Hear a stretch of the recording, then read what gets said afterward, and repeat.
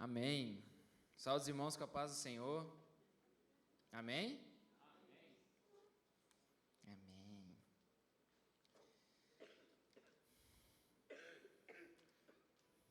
Hoje nós vamos estar aprendendo sobre a lição de número 3. Eita, o número de São Paulo ligando agora, gente?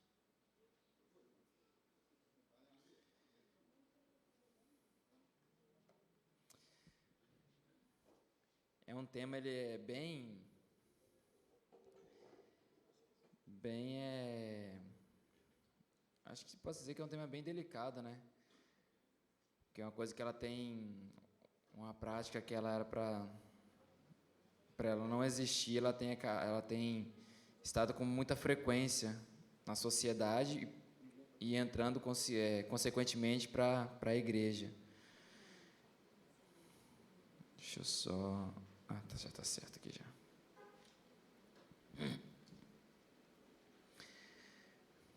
Diz assim a nossa lição de hoje: a sutileza da imoralidade sexual. Isso hoje não é novidade para a gente, né? Se a gente for olhar o nosso contexto, a gente está inserido numa forma geral, a gente pode ver isso aí em todas as áreas, né? Questão da área de trabalho, questão de área, enfim, em vários contextos da sociedade. E principalmente em relação às mídias, né? Onde a gente mais vê isso mais explícito, que sejam sociais, que sejam por meio da televisão, que seja por meio de, enfim, de qualquer meio comunicativo. A gente tem visto essa... Na realidade, hoje já não é mais sutileza, não. Hoje é bem escarrado mesmo, já é bem explícito, né? Antigamente era mais sutil. Eu lembro da minha época quando era época de infância, né? Eu lembro que algumas coisas você via na televisão, mas era bem mais sutil, né? Hoje não, hoje algumas coisas, a maioria já são bem explícitas. O nosso textuário diz assim: fugir da prostituição. Todo pecado que o homem comete é fora do corpo, mas o que se prostitui peca contra o seu próprio corpo.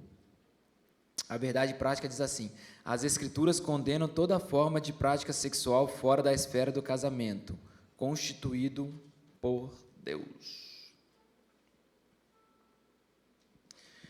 Na nossa introdução, vai dizer assim: nesta lição abordaremos questões relacionadas à sexualidade. Destacaremos que a revolução sexual provocou grandes mudanças na forma como a sexualidade era vista e praticada no Ocidente.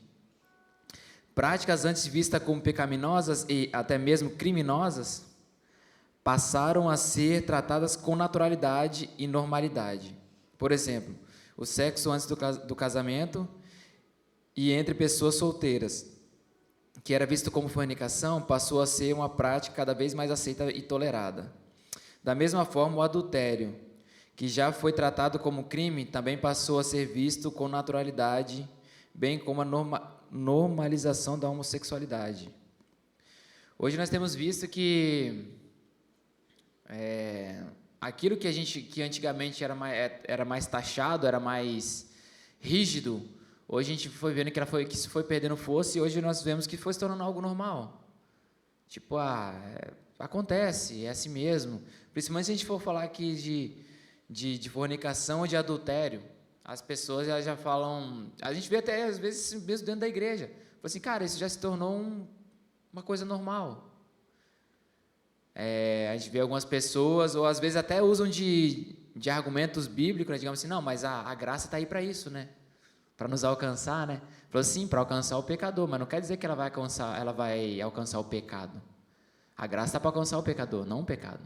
Deus ama o pecador, mas Ele abomina o pecado.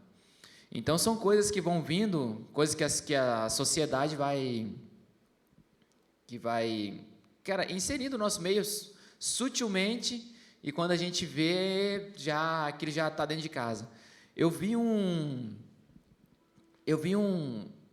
O pastor Alcidones mostrou um vídeo, cara, que eu fiquei muito chocado. Eu esqueci agora o que o cara era que estava falando sobre isso aí, mas ele falou uma coisa muito interessante. Ele falou assim, cara, a gente é doutrinado pela televisão. Aí depois que ele fez depois que eu vi o vídeo, eu falei pro tio, hein, tio, se a gente fosse olhar então para os antigos, né? Os antigos, principalmente assembleianos, que não tinham televisão em casa, isso, aquilo e tal e tal. Hoje, há um tempo atrás, eles eram taxados como, como é que fala? Muito duros, né? E tal, com aquilo, mas não era essa palavra, não, era outra palavra que eu ia usar. Intolerantes, em relação à televisão, isso aí, tal e tal. Só que se a gente for analisar o contexto de hoje, cara, eles não estavam errados. Porque, na realidade, era meio que um zelo, só que era mais taxado como uma ignorância do que como um zelo, né? Talvez a forma que era aplicado. Mas se você for olhar para hoje, cara, quantas coisas adentraram a nossa vida, principalmente em relação à família, por esses meios, coisas ruins, a gente fala assim, cara, eles não estavam tão errados, não. Porque ele até usou um exemplo sobre, principalmente, seriados, né? Ele falou assim, cara, vocês não sei se alguém que... Eu nunca assisti, né? Mas eu já sei o contexto. Daquele seriado La Casa de Papel. Alguém que está aqui já assistiu? Aí quem já assistiu, geralmente a gente torce pro bonzinho, né? Mas no La Casa de Papel você torce pro ladrão. Porque em todo o contexto ali gera aquela expectativa de você torcer pro cara. Só que olha a inversão de valores. E ele citou um outro exemplo lá agora que eu não vou lembrar, mas tipo assim, de muitas outras coisas que a gente vê isso aí. Essa inversão de valores, mas de forma sutil. Você querendo não estar torcendo para o cara mal, mas porque ele, de certa forma, ele é bom. Só que os princípios dele são errados. E isso vem mais 1 milhão de outras coisas. Uma vez um pastor que era nosso pastor de teologia lá em Cachoeiro, ele falou bem assim, estava falando sobre homossexualidade, né, e tal, né? Aí ele fala assim, acredito que aqui todo mundo é contra, né, e tal, né? Ele falou, não, sim, tal e tal, né, não. Beleza. Mas e quando você está assistindo sua série, que tem essas práticas, que ofende tanto a Deus quanto um pensamento positivo, um pensamento de você apoiar aquilo, você acha que isso não fere a Deus? Ou, não falando disso, eu falando de outras coisas, de moralidades sexuais, que a gente fica assim, naquela coisa, assim, e fala assim, não, peraí. Porque querendo você fala assim, eu acho que o maior perigo nosso é aquele que a gente fala assim, não tem nada a ver. Cara, o nada a ver é que a Bíblia fala sobre as raposinhas, né? É pequenininha, deixa entrar aí na vida, nada não, é pequena. Só que depois você vai ver o estrago que ela fez lá dentro. Porque ele é sutil. Uma coisa que o inimigo tem, eu vi uma vez o pastor falando, que é uma qualidade que os cristãos não têm, é que ele é perseverante. Ele vem de pouquinho em pouquinho. Hoje vem só um dedinho. Opa, amanhã vai de pouco. Ele nunca vai vir assim de uma forma assim brusca. Porque se for de uma forma brusca, você não vai... é o inimigo que está aqui. Mas ele vai vindo... Quer falar, pastor? Pode falar. Dentro desse contexto que o pastor... Porque às vezes as coisas é sutil, né? A gente não pratica. Mas veja o que Paulo fala dentro do que o pastor diz. Olha o que o apóstolo Paulo fala assim, ó.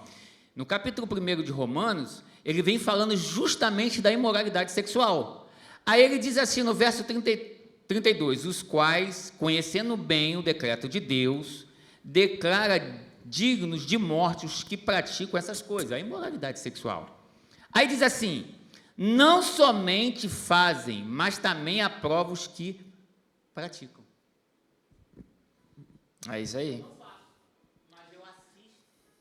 Se eu assistir, eu estou... Quem se cala consente, né? Então, se você não se move em relação àquilo, querendo ou não, a gente está, de certa forma, consentindo com aquilo. E aí vai entrando todas coisas juntadas, toda a imundícia, né, assim, de moralidade vai entrando sutilmente na nossa vida. Principalmente se a gente for olhar redes sociais. Cara, existe na verdade, quem poderia, acho que falar se eu estou falando bem assim, seria o Cleiton, né? Mas ele não está aqui, então eu posso falar, então. Em relação aos sistemas, ele fala, tanto o Facebook, Instagram e YouTube, ele tem uma coisa chamada algoritmo, que ele pega aquilo que você pesquisa com frequência e ele sempre coloca aquilo mais para você estar vendo, que é o tipo de conteúdo que você gosta. Então, se você pega, tipo assim, eu estou lá vendo alguma coisa, surge alguma coisa relacionada a alguma coisa de sexualidade, assim, tipo, um homem bonito, uma mulher bonita que começa a ver algumas outras coisas, aí, toda vez que você for entrar naquela página, sempre vai aparecer sobre aquilo. Cara, e olha como é que é, então, tipo assim, sempre vai estar se for em questão de algo ruim, sempre vai estar te mostrando várias vezes aquilo. De você continuar vendo, você continuar alimentando uma coisa, você continuar... E literalmente, o abismo puxando outro abismo. Aí você vai, você fala, não, pô, é só um exemplo do homem. É só uma mulher de biquíni. Aí você passa, daqui a pouco vai vindo mais coisas, vai vindo conteúdo sobre aquilo, vai vindo coisas sobre aquilo. E aí, quando você pensa que não, você já está, na sua mente você já caiu. Então, é coisas que vem sutil, porque se viesse de uma forma brusca, de uma forma assim, pam, a gente fala, não, isso aqui é o inimigo, pô. Isso aqui... Mas não, é como vai vir de forma sutil, porque antes da gente cair, ou cometer qualquer erro físico, a gente já caiu na nossa mente há muito tempo. A gente já errou na nossa mente há muito tempo, a gente já trabalhou aquilo na nossa mente há muito tempo, ninguém consegue. Tipo assim, uma coisa que se você não está pensando nem nada, e do nada aconteceu. Muito difícil. Eu não sei nem se isso é possível. É uma coisa que na mente já foi trabalhada há muito tempo.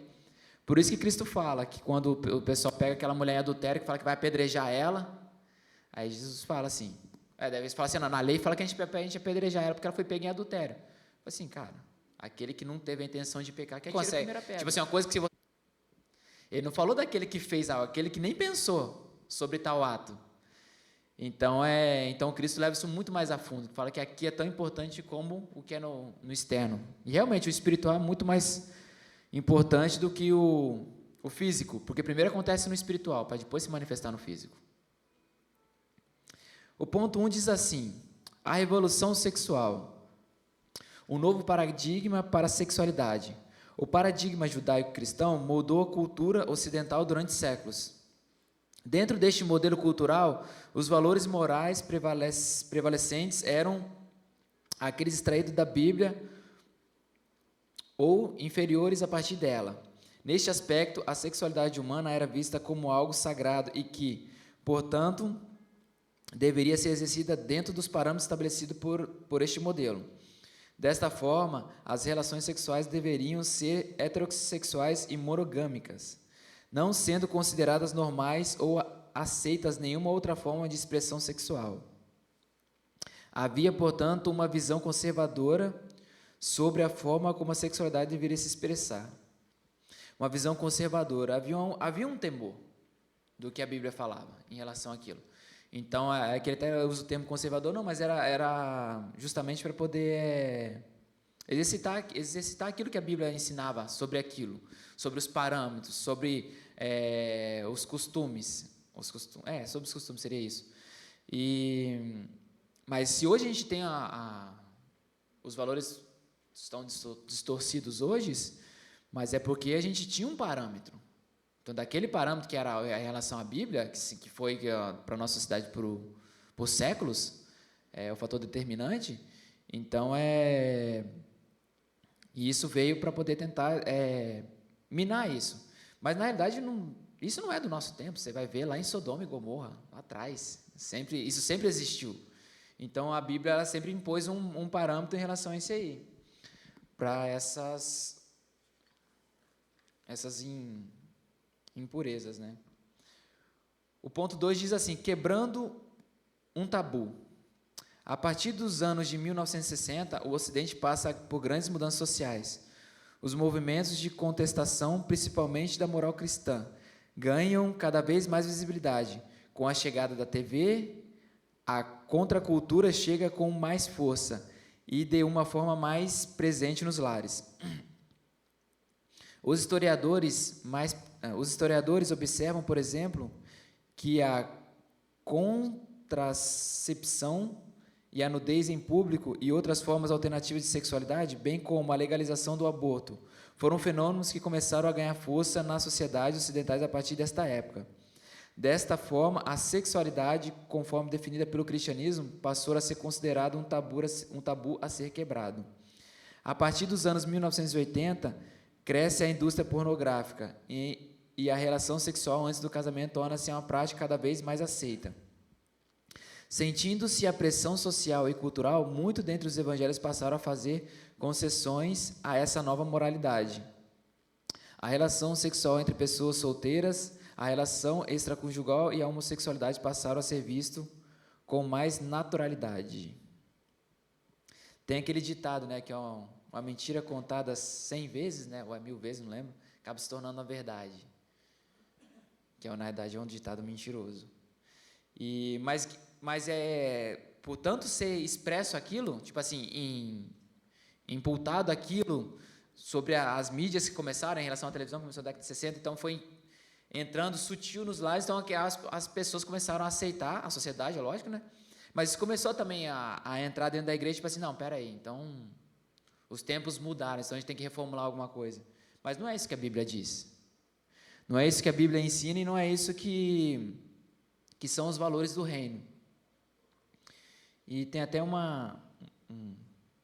texto que eu quero ler aqui que diz assim: a revolução sexual. A vida humana e a sexualidade tornaram-se questões morais divisórias de águas de nossa época. Todos os dias, o ciclo de 24 horas de notícias relata o avanço de uma revolução moral secular em áreas como sexualidade, aborto, suicídio assistido, homossexualidade e transgenerismo.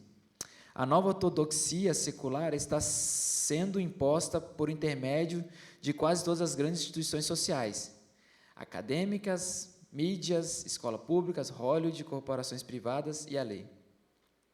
Aqueles que discordam do ethos secular corrente apelam ao direito de liberdade, à liberdade religiosa. Já o presidente da Comissão de Direitos Civis dos Estados Unidos escreveu com desdém que a expressão liberdade religiosa não representará nada a não ser hipocrisia, enquanto permanecer como código para a discriminação, intolerância, racismo, sexismo, homofobia, islamismo, supremacia cristã ou qualquer outra forma de intolerância. Observe que a expressão liberdade religiosa é colocado entre aspas, como se fosse um direito ilegítimo e não um direito fundamental de uma sociedade livre. O próximo passo será negar aos cidadãos a sua liberdade religiosa, e isso já começou. Aqueles que resistem à revolução moral secular têm perdido empregos, negócios e posições de ensino. Então, aquilo que era para ser uma liberdade, que é uma liberdade religiosa, começou a ser, não, isso não é uma liberdade, isso é só uma expressão de você, digamos assim, causar um ódio. E sendo que não é, porque esses valores eles sempre existiram. Não foi um valor que nós criamos, não, o valor é esse, a Igreja Magnífica estabeleceu esse valor. Não, é o valor que Cristo nos deixou, é o valor que Deus expressou. Então, então não tem como nós, como humanos, a gente querer mudar isso. Não, são outros tempos. Lá em Eclesiastes vai falar que não há nada novo debaixo do sol. Então, os mesmos problemas que estão acontecendo hoje aconteceram no passado, só que a forma de propagação das notícias eram arcaicas, né? Então, era o boca a boca. Então, ela não se propagava muito rápido, igual hoje. Acontece uma coisa em qualquer lugar do mundo hoje com, cara, acho que 1 minuto ou 2 você já está sabendo. Ou se aconteceu, um exemplo, cara, igual quando acontece um acidente. Aconteceu um acidente aqui perto, aqui. No máximo, estourando 5 minutos, você vai receber alguma coisa no WhatsApp. Em algum grupo, em alguma coisa, enfim, ou de algum escândalo, é muito rápido. Então, hoje, essa notícia ela se propaga muito rápido, ela chega muito rápido, o acesso à informação é muito rápido. Então, isso é bom para o mundo igual a gente está hoje, só que também tem um lado ruim, que também o que é bom é propagado, mas também o que é ruim é muito propagado. E, geralmente, o que é ruim, ele tem mais visibilidade, ele causa mais engajamento, ele causa mais audiência, ele causa mais um monte de coisa. Então, isso como diz o pessoal, viraliza muito rápido. Então, na realidade, a gente está vivendo literalmente uma inversão de valores. Então, os valores do passado, que a Bíblia nos ensinou, hoje, falam, não, peraí, isso está errado, isso não é valor, isso é intolerância, isso é perseguição. Então, a gente tem começado a viver isso aí, uma inversão desses valores. Então, hoje, para você começar uma família, você ter uma família com princípios cristãos, se tornou muito mais difícil. Porque a diversidade de coisas que o mundo tem a oferecer, principalmente para tentar acabar com isso, ou com o famoso culto ao prazer, né? Tipo assim, cara, se te faz bem, não é errado. Essa é a maior mentira do inferno. Se está te fazendo bem, não é pecado. Tudo relativo. O que é relativismo. Porque o que é errado para você, para mim, pode não ser errado, o seu ponto é esse, beleza, o meu ponto não é esse, eu vejo de outra forma. Mas o nós é o quê? É o que a Bíblia fala. Não é o que nós achamos. Então, existem valores, cara, e os valores não são para nos punir. Os valores são para nos orientar. E isso, a nos orientar que tem um caminho mais excelente, a nos orientar como é levar uma família, como se portar bem numa sociedade. Não é uma coisa que, tipo assim, uma punição. É algo bom, muito bom. E o ponto 2 diz assim: as principais distorções da sexualidade sadia.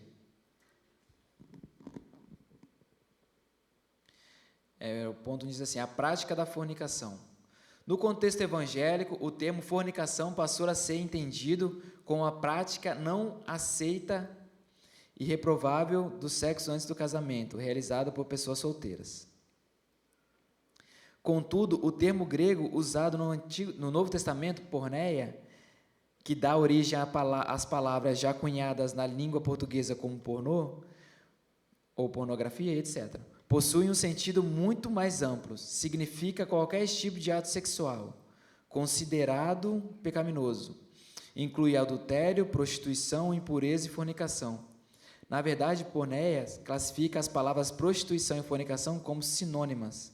Em 1 Coríntios 6,18, Paulo usa o termo com o sentido de fornicação e prostituição, considerando como prática pecaminosa e extremamente maléfica para a vida cristã.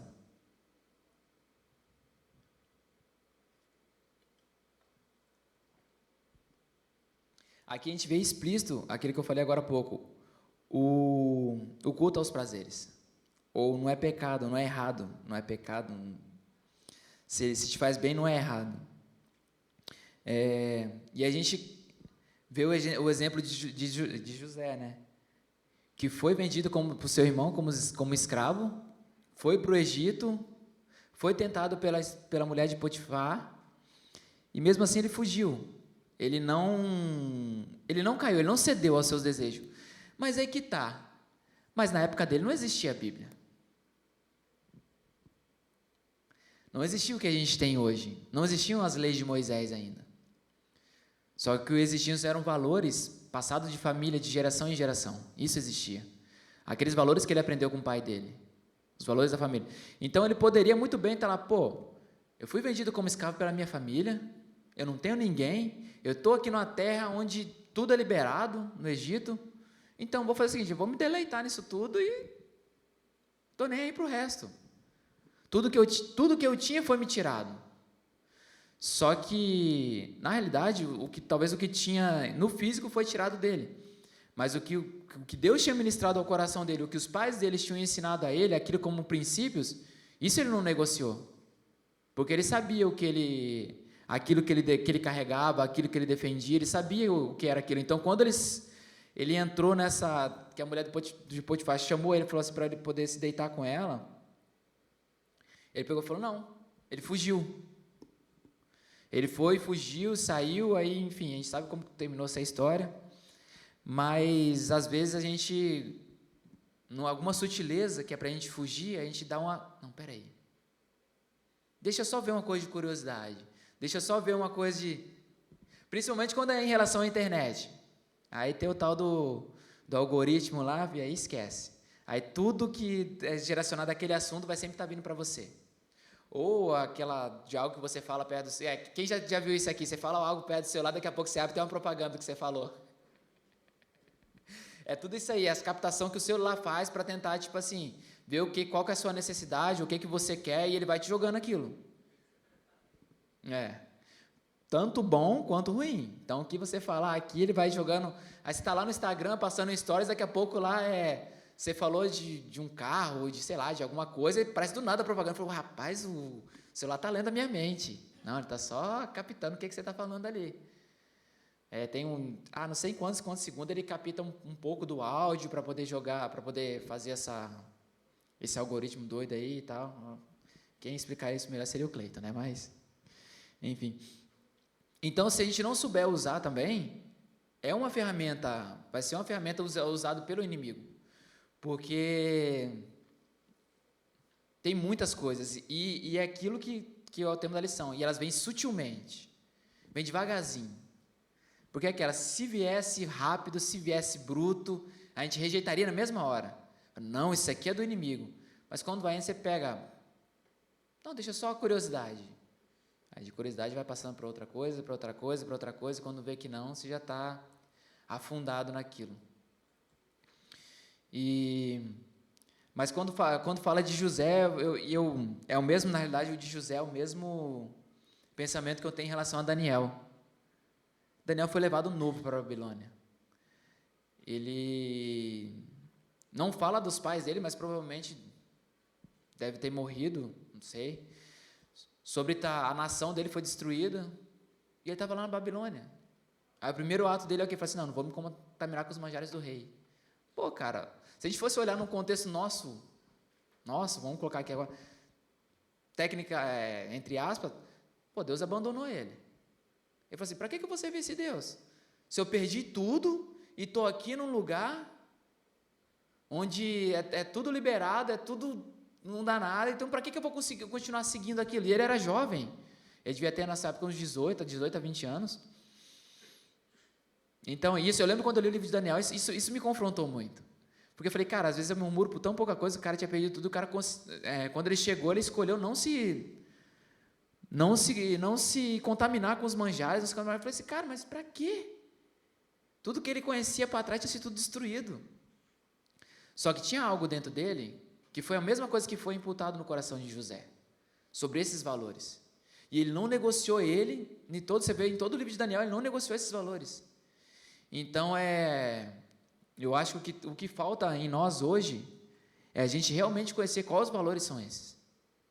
Porque talvez certas coisas entram em nossas vidas, principalmente essas coisas sutis, porque talvez a gente ainda não entendeu a forma dos valores, como eles têm que ser aplicados, como eles têm que ser vividos, porque às vezes a gente está aqui na igreja, mas a gente no trabalho a gente é uma coisa, na faculdade ou na escola a gente é outra, em casa a gente é outra. Então, a gente não tem uma constância nem nos nossos ambientes que a gente está inserido. Então, se a gente não tem uma constância, a gente vive um personagem em cada um. Então, cara, a gente não entendeu nada sobre os princípios. No trabalho, a gente rouba do nosso patrão, porque era para a gente estar trabalhando, às vezes a gente não faz o que tem que ser feito. Em casa, a gente negligencia com os nossos filhos, ou com a esposa, ou vice-versa, enfim, um monte de coisa. E tudo isso aí vão mostrando que a gente não entendeu a realidade dos valores. Então qualquer coisa que começar a vir a querer minar isso, vai entrar. Porque tem um monte de brecha.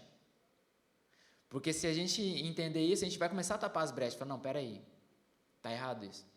Porque para o cristão, nada é secular, tudo é sagrado. A igreja é sagrada, eu estou aqui, eu tenho que ser o exemplo aqui. No trabalho eu tenho que ser o exemplo lá, na minha casa, enfim. Porque Paulo mesmo vai falar quando vai separar os obreiros, fala assim, que seja marido de uma só mulher, que domine sobre a sua casa, que tenha isso, tem as qualidades. Então, cara, desde a época dele, que esses valores já tinham esses mesmos tipos de problemas. Então, porque não faz sentido eu querer falar sobre algo, sendo que na prática é tudo totalmente oposto, tudo totalmente ao contrário. Então, não adianta nada eu falar sobre algo se eu reprovar ele pelo que eu faço.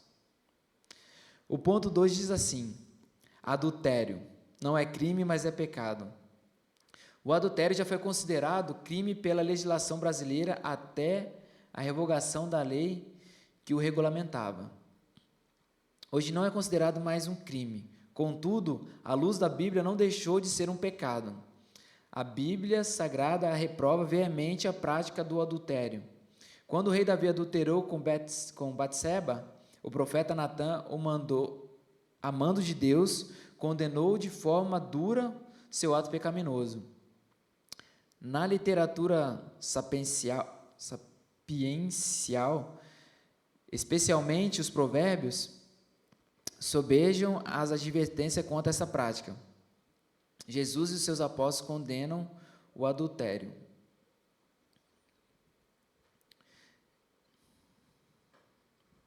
E eu acho que um dos maiores problemas, né, principalmente em relação ao adultério, é que a gente nunca pensa na consequência. Na verdade, em relação a qualquer ato, assim, a gente nunca vai pensar na consequência que aquilo pode trazer. Aí o autor do livro até fala bem assim, a gente sempre olha a grama do vizinho é sempre mais verde, né?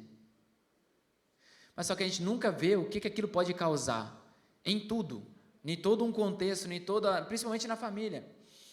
E tem uma coisa que ela é muito forte, que se o homem, vamos falar do propósito do homem, se ele cai, pode falar, depois, se um homem ele cai, ou se ele falha no seu papel em ser homem, toda a sua geração ela é perdida, ela perece. Eu falo de ser homem, não falando no sentido de machismo, mas do ser homem de amar a sua esposa como Cristo amou a igreja. De cuidar, de zelar pela herança do Senhor, que são os filhos. Aí quando você negocia tudo isso aí, para poder querer viver uma promiscuidade, ou querer viver uma imoralidade sexual, viver um adultério, você negocia tudo isso. Então toda a sua geração, ela vai sofrer. Porque, na verdade, o que era para ser o pilar, não é nada. Então, olha como que não é só sobre mim, não é só sobre um desejo, essa que é a parada. O desejo, ele cega, mas não é sobre o desejo. É sobre tudo aquilo que pode causar. E você pode perguntar para todas as pessoas que já aconteceu algo parecido, ela vai falar que ela nunca pensou na consequência. Ela só vai pensar no suprir o próprio desejo na hora. Pode falar. A paz, igreja. O Jadson, né, o nosso professor aí, falando sobre essa questão do adultério, ele não é crime, mas é pecado, me fez lembrar, há uns 10 anos atrás, a gente passando por uma lição na EBD, e alguém falando, né, sobre esse tema, e a irmã que estava ministrando, a professora aquele dia, ela falou de um homem muito usado nas mãos de Deus. Eu não me recordo o nome, até bom que se eu recordasse também não ia falar. Mas ele era muito usado, Deus usava ele na palavra, era um dom incrível, mas ele era um adúltero. Entendeu? E ele, tipo assim, essa prática cegou ele, porque ele falou assim, eu não estou, a ponto de dizer, eu não estou tão errado, porque Deus ainda continua me usando. E esquece daquela parte, né, que eu fiz isso em teu nome. E Jesus vai falar o quê? Apartai-vos de mim, que eu nunca os conheci. E o verdadeiro cristão autêntico, a gente conhece ele pelo fruto, né? Não pelo dom. Isso aí. Né? Eu me lembrei, falei, não, compartilhar. E isso cega. E uma coisa que, no meio da lição, o pecado, ele cega tanto a pessoa, que eu gosto de usar isso. O Adonai, quando ele tinha 5 anos de idade, a gente foi no norte aqui, não sei se alguém conhece, talvez, em Sayonara, perto de Pedro Canário, depois de São Mateus. Ele tinha 5 anos de idade, a gente foi ali visitar uma irmã do Adonis, que morava ali. E ali tem uma usina, como é que é o nome? Uma usina de álcool, diesel. E ali é um odor muito forte, não sei quem já morou perto desse lugar, e é um odor assim muito forte, que parece cheiro de cocô mesmo, para quem não conhece, para quem chega assim.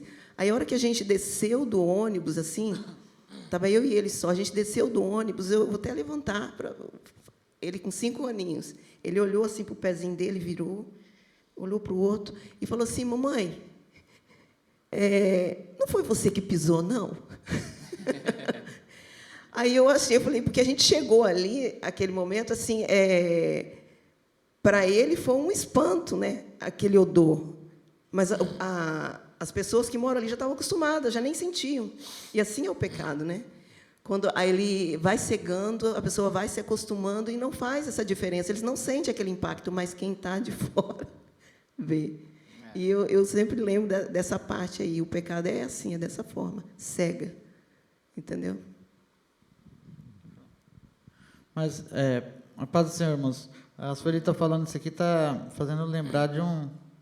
Foi ela mesma que eu vi lendo uma vez sobre... Não sei se é nas lições do casado, sobre como que o pessoal que trabalha no banco adquire o conhecimento tão rápido de perceber que uma nota é falsa e que a outra é verdadeira. Né? A prática que eles têm, ela é adquirida pela a quantidade de tempo que eles lidam com a verdadeira. Então, a cada tempo que nós lidamos mais com a verdade, nós ficamos com muita facilidade de conhecer o que não é verdade. Isso aí. Não, eu lembro que eu não lembro quem que comentou sobre isso aí, sobre um cara que ele estudava o dólar, que ele tinha um conhecimento, ele conhecia uma nota falsa de longe, não precisava nem pegar ela na mão. Aí o cara chegou para ele e disse assim, nossa, deve estudar bastante nota falsa, né? Ele falou, não, eu só estudo bem a verdadeira, que a falsa eu reconheço de longe. Pode falar, pastor. É interessante aqui, irmãos, que, como o nosso professor disse, né, o adultério já foi considerado crime pela legislação brasileira e até a revogação da lei que o regulamentava. Eu peguei um período nos anos 70 e nos anos 80, irmãos, que se falava de púlpito. Aí tinha relação no culto dos membros, fulano excluído, relação dos que vão pedir perdão hoje. Aí vinha na frente, fazia aquela fila. Os que vão ser excluídos, aí vinha, dizia o nome de um por um. Não, sério, irmão. Dizia, eu estou falando porque assim, eu nasci no lar evangélico e meu pai, desde 76 anos que eu vejo ele como pastor, pastoreando.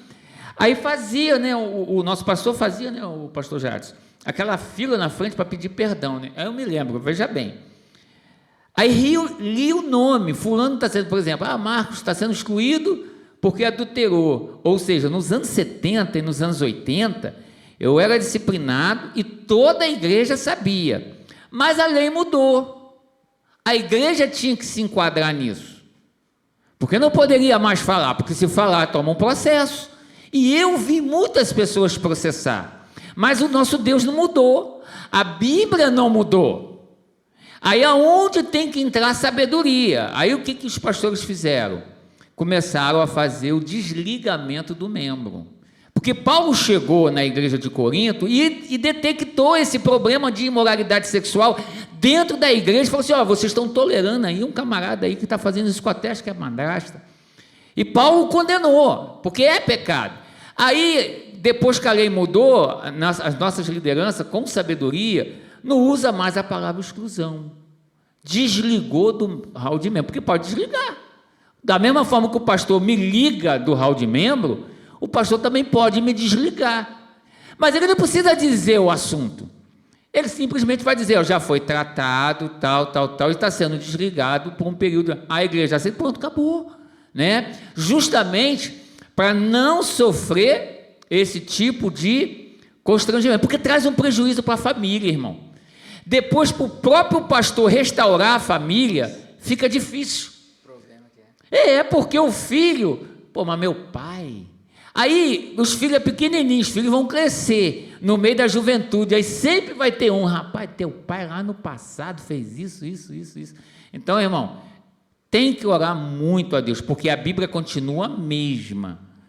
As leis morais do Senhor continuam as mesmas, as leis espirituais continuam as mesmas, mas nós estamos vivendo num mundo jaz o maligno. As leis estão aí, tá? Então, é por isso que nós precisamos estar sempre orando pela nossa liderança. Na minha época já não falava desligamento, falava disciplina mesmo. Só que a intenção, às vezes na prática ela não era muito feito isso, mas a intenção era boa, porque tipo assim, o irmão pecava, se ele tinha um cargo, era professor, era pastor, alguma coisa, ele é retirado para uma disciplina e ele era tratado. Tipo assim, o fulano está sendo tratado. Mas às vezes na prática mesmo não era assim que funcionava, não, era mais uma questão mais de desligamento mesmo.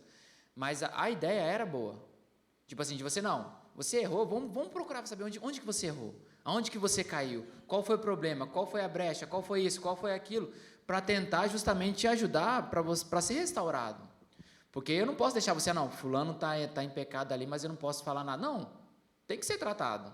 Se é alguma coisa que veio a público, se é alguma coisa que já veio à igreja, é uma coisa que tem que ser tratada.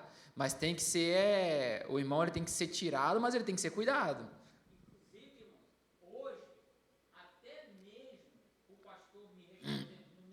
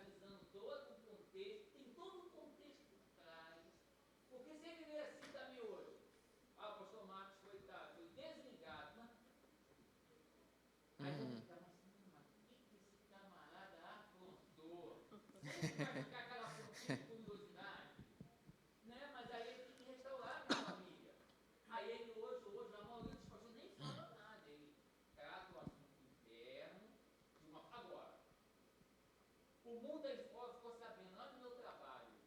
Aí já deixa o meu pastor complicado. Porque o mundo já está sabendo. A sociedade já está sabendo que um pastor, um membro lá da D Magnífico, converteu. Aí ele já vai ter que agir de uma outra forma. Porque o mundo vai ter que saber que aqui também tem ordem. Sim. O mundo vai precisar saber que aqui tem. Você está me entendendo? Por isso que precisamos orar muito para Deus dar sabedoria à nossa liderança, porque os dias são muito maus. Sim, é questão dos valores, né? O amar não inibe a correção. Então, tipo assim, mas a correção é justamente para trazer algo bom, para justamente consertar, para justamente ajudar. E isso aí, vai ter o afastamento, a disciplina, mas para realmente ser cuidado, para poder, porque a intenção não é que você, a intenção não é tirar assim, vou tirar o que não presta daqui e vai ficar só o que presta. Então, uma hora você vai ter um problema com o irmão, outra hora com o outro, vai ter. Mas o negócio é o quê? É a gente tirar e cuidar. Essa é a parte difícil, né? Às vezes eu via mais nas antigas igrejas, tipo assim, tirava. Mas dizia assim, aquele que estava, o Acã que estava no nosso meio, a gente tirou do arraial. Apedrejado lá fora. Tirava e, tipo assim, esquecia a pessoa. E aí você vê, com certeza aqui alguém conhece pessoas que passaram por isso na igreja e nunca mais voltaram para a igreja. Porque foram simplesmente excluídos. Excluído mesmo. Então, tem que ter esse cuidado de ser tratado, porque quem ama, corrige. Isso que é a realidade, e essa que é a parte difícil, a parte do ser tratado.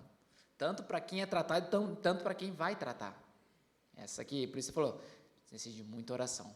Deus nos está dando sabedoria, nos está dando direção para a gente tomar as melhores decisões, né? Ponto 3. Homossexualidade. Uma contradição da ordem natural.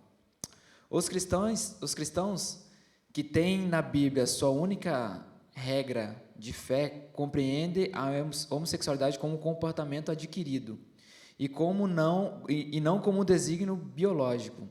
Não há nenhum dado científico confiável que diga que a homossexualidade seja genética. Em outras palavras, não há como dizer que alguém nasce homossexual. A homossexualidade é um comportamento adquirido e vários fatores fazem parte deste processo. Por exemplo, o caso de gêmeos idênticos comprova isso. A realidade tem mostrado, e as pesquisas confirmam, que há gêmeos em que um é homossexual e o outro não. Se a homossexualidade fosse genética, isso jamais aconteceria. Em outras palavras, os gêmeos seriam homossexuais, pois possuem a mesma constituição genética. Na realidade, quem fala sobre isso é um doutor americano, o Dr. John SHT, né? É o sobrenome dele.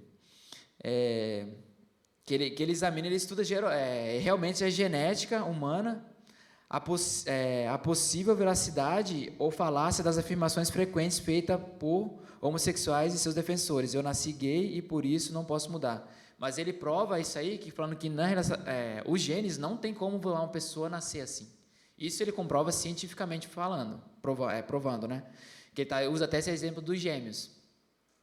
Então, é umas coisas que às vezes a pessoa fala, não, é assim, nasceu assim, vai ser assim e pronto, acabou. Mas do ponto científico foi provado que não tem como. Pelo menos até hoje, não tem uma comprovação científica mesmo para dizer assim, não, realmente nasce assim. Não, isso ainda não existe. Então, vamos prosseguir aqui. Assim, os cristãos conservadores que amam a palavra de Deus e o corpo de Cristo entendem que a reprovação da prática homossexual se dá por conta de esta ser contrária à ordem natural da criação, conforme é registrado na Bíblia e não um fruto de preconceito. Então, esse aí é o que foi registrado na Bíblia em relação à ordem natural das coisas.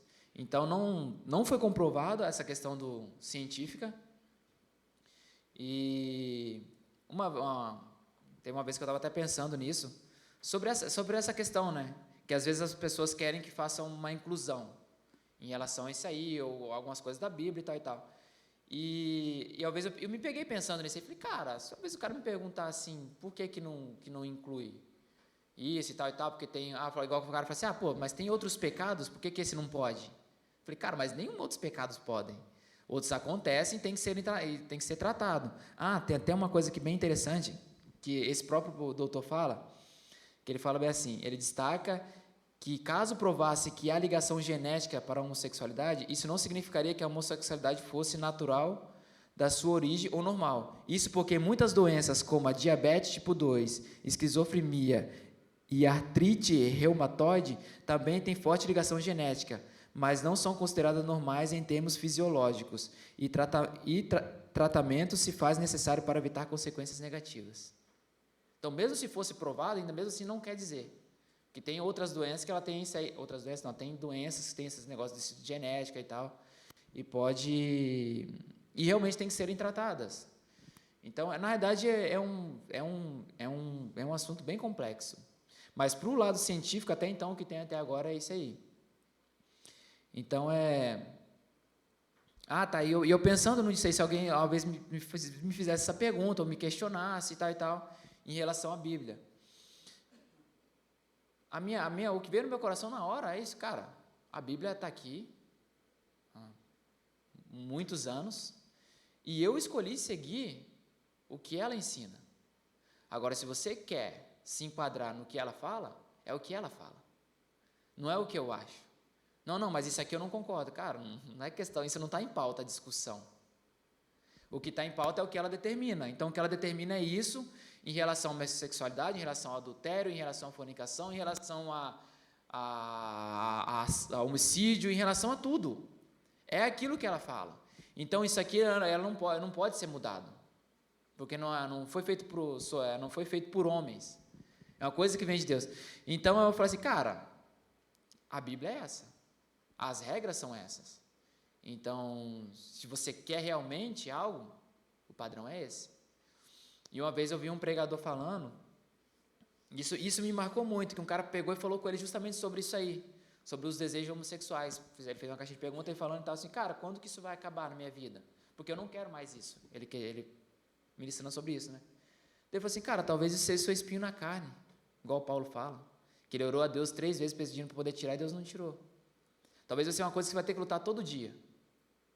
Então, isso me deu um start. Porque eu falei, cara, então vai ter coisas minhas, que podem ser outros problemas, que eu falo assim, cara, eu sempre caio no mesmo erro, eu sempre faço as mesmas coisas, sempre faço isso, e, isso aqui nunca vai mudar, porque às vezes você fica assim, você vem num culto, Deus fala com você passa a semana orando, lendo a Bíblia, o outro final de semana também, e Deus vai ministrando a sua vida, e você falando com Deus todo dia, e tal, aí passa uns 20 dias assim, aí do nada um dia você pega e cai, naquele erro lá de trás. Aí você fala assim, meu Deus, isso já aconteceu comigo. Eu falei assim, mas como assim? Mas eu estou aqui É porque às vezes na hora que a gente está no que a gente acha que é lá em cima, na santidade, no pão e tal, é aí que a gente se descuida e não vigia e cai.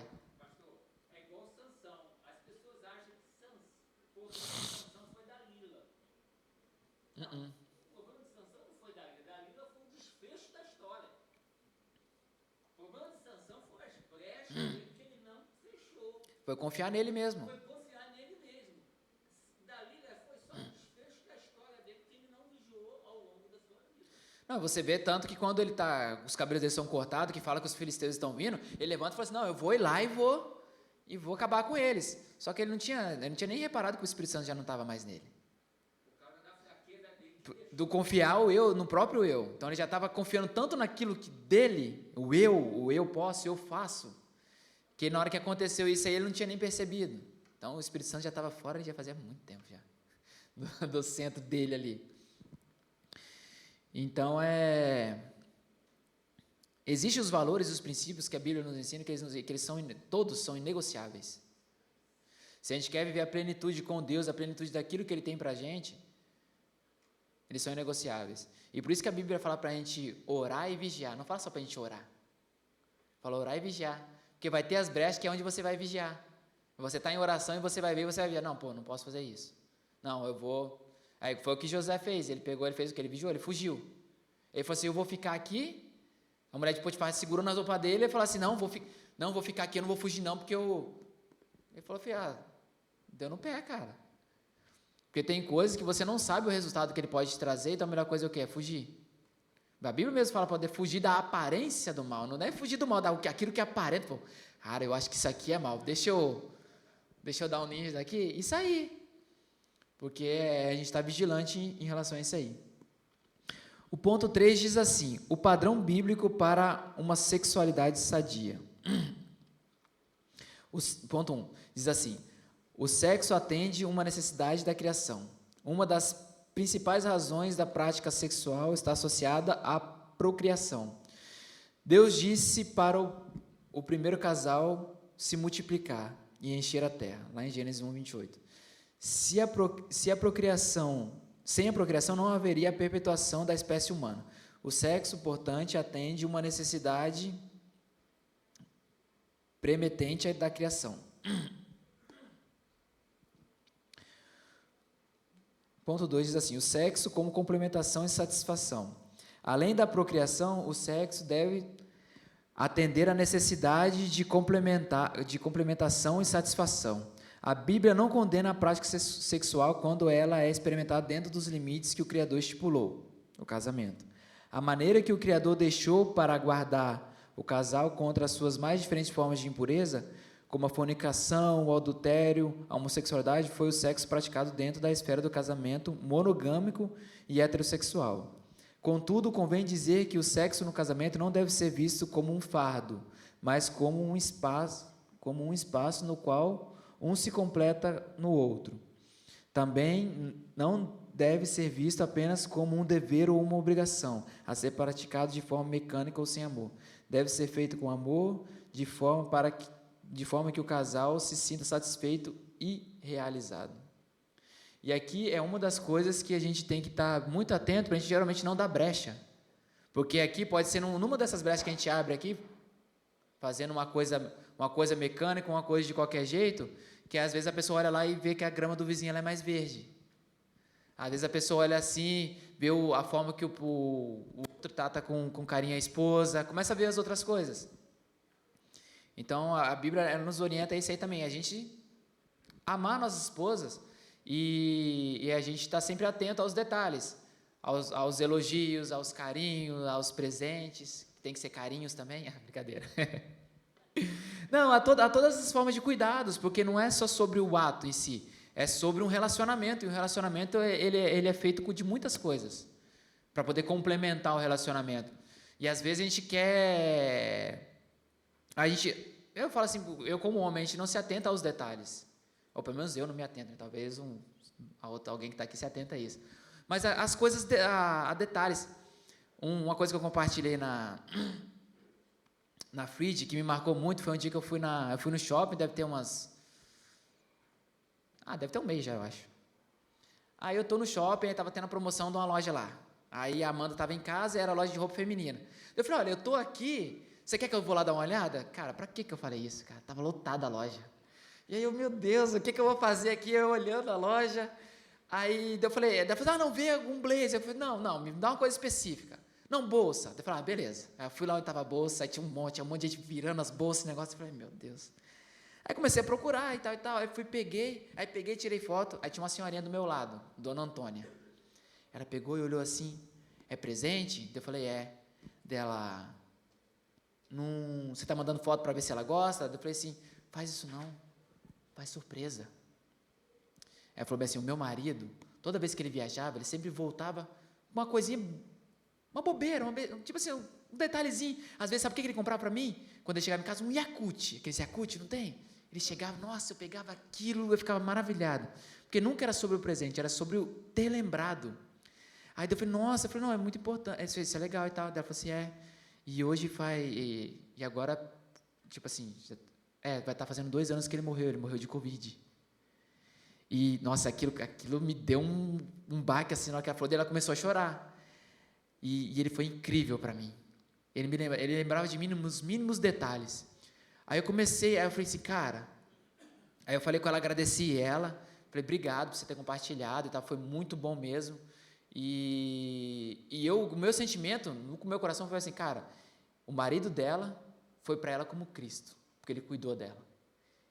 Ele cuidava dela dos mínimos detalhes, e aquilo marcou a vida dela. Ela me falou uma coisa, ela falou assim, eu falei com Deus, se eu sentir atração por outro homem, para ele me levar, que eu não quero que ninguém substitua o meu marido. E ela falou isso aí chorando. Eu falei, cara, que cara incrível que era esse cara. E aquilo me impactou na loja. Só que como eu fui lá já com a intenção, já tinha falado com a Amanda que eu ia fazer isso. Eu falei, não, então fui lá e fiz o negócio. Mas aquilo me impactou sobre essa questão dos detalhes. Eu já fazia algumas coisas assim. Só que da forma que ela contou, eu falei, cara... E ela não falou, ela falou bem assim, ó, ele me deixou muito bem. Eu tenho uma pensão muito boa, uma casa muito boa, eu tenho um negócio, porque na loja que ela estava comprando um negócio para as netas, ela deve ter uma situação muito boa mesmo. E tal, mas eu não queria nada disso, eu só queria ele. Eu falei, não é sobre coisas, é sobre o sentimento, é sobre da pessoa ser lembrada que ela é importante. É sobre isso aí. Eu falei assim, obrigado, dona Antônia, você marcou a minha vida.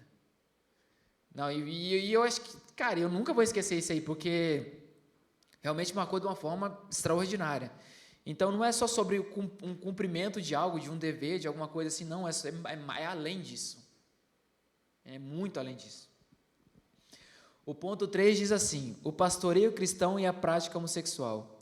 Mesmo reprovando o comportamento homossexual, por ser incompatível com os valores cristãos, a igreja não deve, de forma alguma, deixar de enxergar a pessoa do homossexual como alguém que foi feito à imagem e semelhança de Deus, e que, portanto, também é amado por Ele.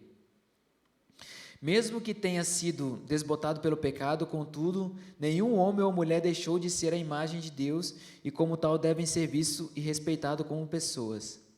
A igreja, portanto, não deve rejeitar o homossexual, como não deve rejeitar as demais pessoas que agem de forma contrária aos valores cristãos.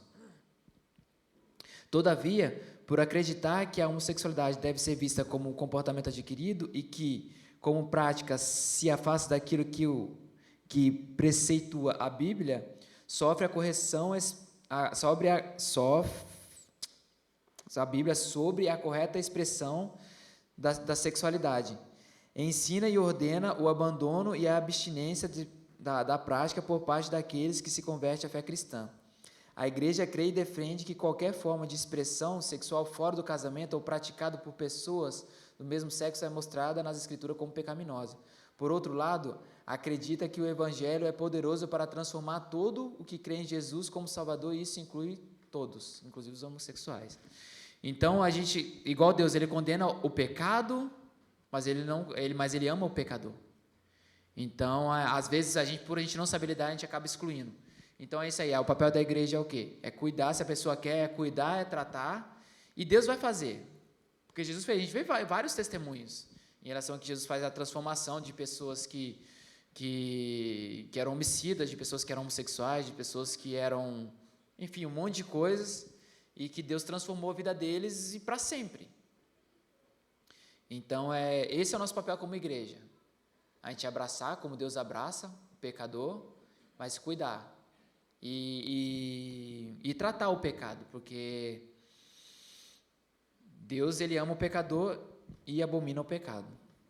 E a conclusão diz assim: nesta lição aprendemos sobre 3 dos princípios decisivos do modelo da sexualidade bíblica: a fornicação e o adultério e a homossexualidade. Essas 3 práticas pecaminosas têm ganhado cada vez mais espaço na sociedade nas últimas décadas. Muitos crentes têm negligenciado o ensino bíblico e também se rendido a essas sutilezas pecaminosas. Qualquer prática sexual fora do modelo bíblico traz consequências morais e espirituais. Deus quer que vivamos o sexo no padrão por ele estabelecido, o que de fato vai nos fazer realizados e planificados. Então, tudo que vem, tudo que acontece, que é fora dos padrões bíblicos, ele vai trazer uma consequência no mundo físico e no mundo espiritual, principalmente no mundo espiritual. Então, aquilo que eu falei, se o homem erra em amar a sua esposa como Cristo amou a igreja, em cuidar, em zelar dos seus filhos como herança do Senhor, toda a geração vai perecer. Toda a figura de referência vai se perder. Então, Deus, ele tem os seus princípios, tem os seus... aquilo que ele quer, que ele estabeleceu sobre a sua igreja, e isso, cada um de nós temos que fazer essa parte. Principalmente nós somos pais, temos que ser essa referência. Só que para a gente ser essa referência, a gente tem que estar muito bem informado do que a Bíblia diz sobre isso. Tá bom? E que Deus nos dê a sabedoria, que o Espírito Santo possa estar falando no nosso coração para a gente poder perceber as sutilezas do inimigo. Que ele vem sutil, vem fantasiado de coisa boa. Vem algumas coisas assim que a gente vai, permite aqui, permite ali, é as raposinhas, né? Que a gente não, se a gente não cuida delas, na hora que a gente vai ver o estrago que ela fez, fala, não, é tão pequenininha, não vai acontecer nada não. Mas só pode ser pequeno, mas o tempo que fica lá dentro, na hora que você vai ver o estrago que fez, talvez já pode ser irreversível. Irreversível não, né? Mas pode dar mais trabalho. Porque para Deus tudo é possível, tá bom? Que Deus em Cristo nos abençoe e glórias a Ele por tudo. Pastor Marcos, com a oportunidade. E amém.